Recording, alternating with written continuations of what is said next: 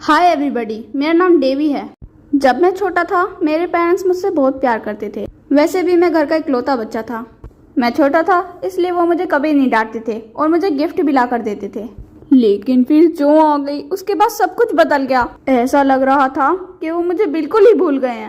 मेरी बहन मेरी फैमिली की सबसे इम्पोर्टेंट पर्सन बन गई। मॉम और डैड उसे सराखों पर बिठा कर रखते थे। मुझे लगा जब वो बड़ी हो जाएगी तो मॉम एंड डैड उस पर इतना ध्यान नहीं देंगे और हम दोनों को इक्वल प्यार करेंगे। लेकिन ऐसा कुछ नहीं हुआ। वो बड़ी होने के बावजूद भी उनकी नजरों में सबसे छोटी रही, जबकि मुझे सिर्फ यही सुनने को मिलता था कि डेबी कचरा बाहर निकाल दे। सच कहूँ तो मुझे बहुत ही बुरा लगता था। मेरी मॉम मेरी छोटी बहन को हर महीने नए कपड़े ला के देती थी, जबकि मैं तो एक ही जींस को 3 साल से चला रहा था। उन्होंने उसके बर्थडे पे उसे सबसे अच्छा वाला आईफोन गिफ्ट किया, जबकि मुझे सिर्फ एक 5 रुपए वाली नटराज पेंसिल। मेरी मॉम मुझे जबरदस्ती सब्जियां खिलाती थी और कहती थी कि तेरे लिए हेल्दी है, जबकि मेरी बहन को जब भी पिज्जा या बर्गर खाने का मन करता था तो मॉम उसे झटपट ला के देती थी। उनकी इन हरकतों से साफ पता चल रहा था कि वो मेरी छोटी बहन से ज्यादा प्यार करते हैं। मैंने एक दिन उनसे पूछ लिया कि उससे इतना ज्यादा प्यार क्यों करते हैं वो, और उनका जवाब ये था, अबे तू तो बड़ा है, बात को समझा कर, वो तुझसे छोटी है। बेटा वो तुम्हारी छोटी बहन है, बातों को समझा करो। जाहिर सी बात है मुझे उनका जवाब अच्छा नहीं लगा, और खास करके उस बच्ची को ये भी पता चल गया था कि वो मॉम डैड की लाडली है तो वो कुछ भी करवा सकती है। और फिर पता है क्या हुआ, एक दिन वो कैंडी लेने गई जो मॉम और डैड ने हम दोनों से छुपा के रखी थी। बोनी कूद कूद कर कैंडी तक तो पहुंच गई। कैंडी लेने के चक्कर में उसने मॉम का फेवरेट वाज गिरा दिया और उस वाज के टुकड़े टुकड़े हो गए। बेचारी घबरा गई और मैं हंसने लगा। अब तो पक्का मॉम इसे बहुत बुरा डांटने वाली थी। मॉम डैड भागते हुए आए कि क्या हो गया। उसने कुछ देर तक कुछ सोचा और फिर उसने बोला, मॉम देखिए, देवी ने आपका फेवरेट वाज तोड़ दिया। मैंने उन्हें बताया कि मैंने नहीं तोड़ा है, लेकिन उन्होंने मेरी एक बात नहीं सुनी। उन्होंने जो पर भरोसा कर लिया। उन्होंने मुझे बहुत बुरा मारा और कहा कि झूठ बोलना गलत बात है। और बोनी तो ऐसे हंस रही जैसे उसने कुछ किया ही ना हो। अब मेरा सब्र खत्म हो चुका था। मुझे किसी भी तरीके से मॉम एंड डैड की नजरों में उसे बुरा बनाना था। मैंने कई तरीके सोचे, फिर मेरे दिमाग में एक गजब का आइडिया आया। सबसे पहले लंच के टाइम मैंने उसका ब्रांड न्यू एक्सपेंसिव आईफोन उसके टेबल के किनारे पर रख दिया। शायद उसने नोटिस नहीं किया और उसने अपनी कोनी से उसे गिरा दिया और फोन का चूरा चूरा हो गया। मुझे लगा अब उसे फोन तोड़ने पर डांट पड़ेगी, लेकिन पता डैड ने क्या कहा, कोई बात नहीं बेटा, मैं नया दिलवा दूंगा। धत्तेरी की, ये प्लान तो काम नहीं किया। अब मुझे दूसरे प्लान पे काम करना पड़ेगा। मैंने रात को चुपके से उसके कमरे में जाना शुरू किया। उसके बैग से मैं होमवर्क निकालता था और सारे आंसर गलत लिख देता था और सब गड़बड़ कर देता था। ऐसा चलते चलते जो फेल हो गई। आपको लगता है कि उन्होंने उसे डांटा होगा? अरे नहीं, बिल्कुल नहीं, वो तो लाडली बेटी है ना। मेरे डैड ने मुझे अपने पास बुलाकर कहा, देवी तुम्हारी बहन अच्छे से नहीं पढ़ रही है, तुम उसे पढ़ाओगे, उसका होमवर्क भी तुम करोगे। ये सब मेरे साथ ही क्यों हो रहा था? अब मुझे उसका सारा होमवर्क करवाना पड़ता था और वो बैठी बैठी अपना फोन चलाती थी। इस बार भी मैं नाकाम हो गया। मैंने सोचा कि अगर मैं घर से भाग जाऊंगा तो शायद उन्हें एहसास हो कि मैं भी उनका बच्चा ही हूँ। तो एक शाम मैंने अपने बैग में एक टमाटर, रोटी, केचप और ब्रेड रख दी। जाने से पहले मैंने एक चिट्ठी लिखी और टेबल पर रख दी और फिर मैं चल पड़ा। मैं चलता जा रहा था और मैं सोच रहा था कि अब मेरी मॉम मेरे कमरे में आई होंगी, उन्होंने मेरा लेटर पढ़ा होगा, वो परेशान होंगी और वो पापा को बुलाएंगी। वो दोनों मिलकर मेरे फ्रेंड्स को फोन करेंगे और जो को शायद एहसास हो जाएगा कि ये सब उसकी वजह से हो रहा है। 3 hours later. ये सब सोचते सोचते मुझे बहुत टाइम हो गया और मुझे पता ही नहीं चला। आगे पीछे हर जगह बहुत अंधेरा था। मैंने सोचा अब मैंने मॉम डैड को बहुत परेशान कर लिया, अब मुझे घर वापस जाना चाहिए। वापस पहुंचते पहुंचते लगभग सुबह हो ही गई थी। घर के बाहर खड़ा मैं यह सोच रहा था कि मॉम डैड रो रहे होंगे और शायद मॉम तो पूरी रात जागी होंगी मेरी वजह से। लेकिन जैसे ही मैं अंदर गया वहाँ बहुत सन्नाटा था। लिविंग रूम भी खाली पड़ा था। फिर मैंने मॉम डैड के कमरे में जाकर देखा तो मॉम डैड खर्राटे ले लेकर सो रहे थे। मैंने जो के रूम में जाकर देखा तो जो भी ऐसे सो रही थी मानो जैसे कुछ हुआ ही ना हो। यहाँ तक कि जो नोट मैं छोड़कर गया था वो बिल्कुल वैसा का वैसा ही रखा था, किसी ने उसे हाथ भी नहीं लगाया। फिर तभी मेरी मॉम मेरे रूम में आई। उन्होंने मुझे बैकपैक के साथ तैयार देखा तो उन्होंने कहा, बेटा तुम स्कूल जा रहे हो? ठीक है, तो दरवाजा मंदे से बंद करना क्योंकि अभी जो सो रही है। उन्होंने ये तक नोटिस नहीं किया कि मैं घर से भागा था। तो मैं किसके लिए भागा था? मुझे एहसास हो गया था कि मैं कुछ नहीं बदल सकता। वो हमेशा मेरी छोटी बहन से ज्यादा प्यार करेंगे। लेकिन फिर एक गुड न्यूज ने सब बदल दिया।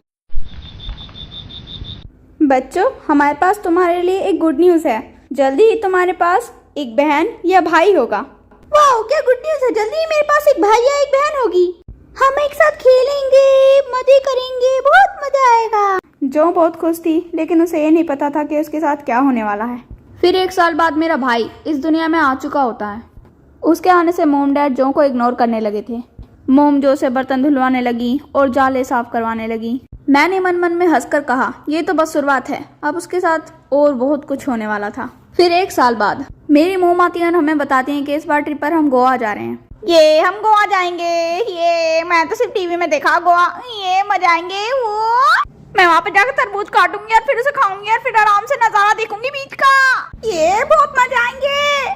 तरबूज खाऊंगी बीच पर, तरबूज खाऊंगी बीच पर, तरबूज खाऊंगी बीच पर। हुर्रे! तुमसे किसने कहा कि तुम जाओगी?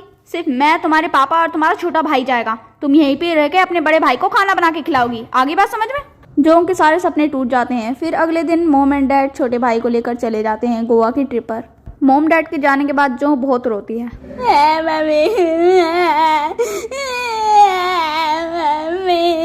लेकिन मैं हंसता हूँ क्योंकि अब जो को मेरे लिए खाना बनाना पड़ेगा।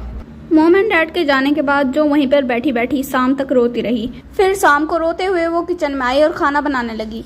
उसने रोते हुए कुछ सब्जियां काटी। उसके बाद उसने उन सब्जियों को भगोने में डाल दिया।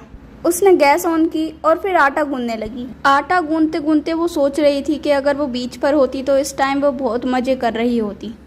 वो ये सब सोच रही होती है कि पीछे उसका खाना जल जाता है। वो भागते हुए खाने के पास जाती है और जाते ही वहाँ लगी आग को बुझा देती है। आग बुझाने का कोई फायदा नहीं हुआ, सारा खाना जल चुका था। अब उसे ही खाना पड़ा। जला हुआ खाना देख के मैं तो साफ मना कर देता हूँ कि मैं नहीं खाऊंगा। इससे अच्छा तो मैं बाहर का खाना खा लूँ। अब सारा जला हुआ खाना जो को खाना पड़ा। फिर 1 हफ्ते बाद मोम का फोन आता है तो जो भागते हुए आती है और मेरे हाथ से फोन छीन लेती है और फिर कहती है, मम प्लीज जल्दी आ जाओ, मम जल्दी आ जाओ, कब आओगी? मुझे काम करना पड़ रहा है, जल्दी आ जाओ, मुझे याद आ रही है। मोम कहती है कि वो कल आएंगी। जो बहुत खुश हो जाती है सुनकर के मोम एंड डैड कल आने वाले हैं, इसलिए वो मेरे लिए शाम का खाना बनाने जाती है। आज वो बहुत खुश होती है, इसलिए वो कुछ मीठा बनाने का सोचती है। मीठा बनाने के लिए वो चीनी का डिब्बा लेने जाती है और एक बार फिर से वो मोम का फेवरेट बांस तोड़ देती है। अब की बार उसे कोई नहीं बचा सकता था क्योंकि वो पहले मोम डैड की लाडली थी, लेकिन अब नहीं रही है। वो बहुत ही घबरा जाती है। अब तो मैं मोम को बताऊंगा, फिर लठ बजेंगे इसमें। प्लीज मत बताना, मैं तुम्हारे हाथ पैर पड़ती हूँ, प्लीज मत बताना। मैं तो बताऊंगा, ये कहकर मैं वहाँ से चला जाता हूँ। और वैसे भी मुझे उसके हाथ का सड़ा हुआ खाना नहीं खाना। जो 2 घंटे तक रोती है।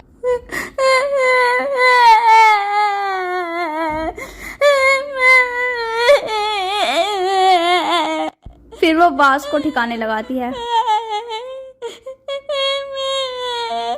उसे पूरी रात नींद नहीं आती। फिर अगले दिन, ये मम्मी आ गई, आखिर खैर आ गई। मम्मी आ जाओ, अंदर आओ, मुझे आपका ही इंतजार था। मम्मी आपके हाथ में जो बैग है इसमें क्या है? इस बैग में खिलौने हैं। मोम कितनी अच्छी हैं, मेरे बारे में कितना सोचती हैं। मैं तो बेफिजूल में सोच रही थी कि ये मुझे आके मारेंगी। कितनी अच्छी हैं, तो मेरे लिए खिलौने भी लाई हैं। क्या सोच रही हो? कुछ नहीं, आप खिलौने लाई हैं, मैं भी खेलूंगी, बहुत मजे आएंगे। ये खिलौने से खेलूंगी, खिलौनों से खेलूंगी। ये तुमसे किसने कहा? ये तुम्हारे छोटे भाई के हैं, उसके लिए लाई हूँ, तुम्हारे लिए नहीं। क्या मतलब उसके लिए लाई हो? हाँ, मैं इसी के लिए लेके आई हूँ। तेरे लिए कौन ला रहा है? इतनी बड़ी हो गई है, घर का काम कर, झाड़ू लगा, पोछा लगा, जाले साफ कर, बर्तन धो, ये सब काम तो करने में फटती है तेरी। और खिलौने दे दो इन्हें, खिलौनों से खेलेंगी इतनी बड़ी होकर। जो कुछ देर तक कुछ सोचती है और फिर कहती है, अरे ठीक है, मैं नहीं खेलूंगी खिलौनों से। लाओ आप मुझे थैला दो, मैं रख के आती हूँ रूम में। आप बेबी भी मुझे पकड़ा दो, आप तो थक गई होगी ना। मैं पानी की बोतल लेके आती हूँ, आप आराम से बैठो। ये हुई ना समझदारी की बात। आजा मेरी गोद में। इतना भारी है। मैं बताती हूँ उन्हें क्या होती है समझदारी वाली बात। बहुत परेशान किया ना तूने, आज सारे बदले निकाल लूंगी।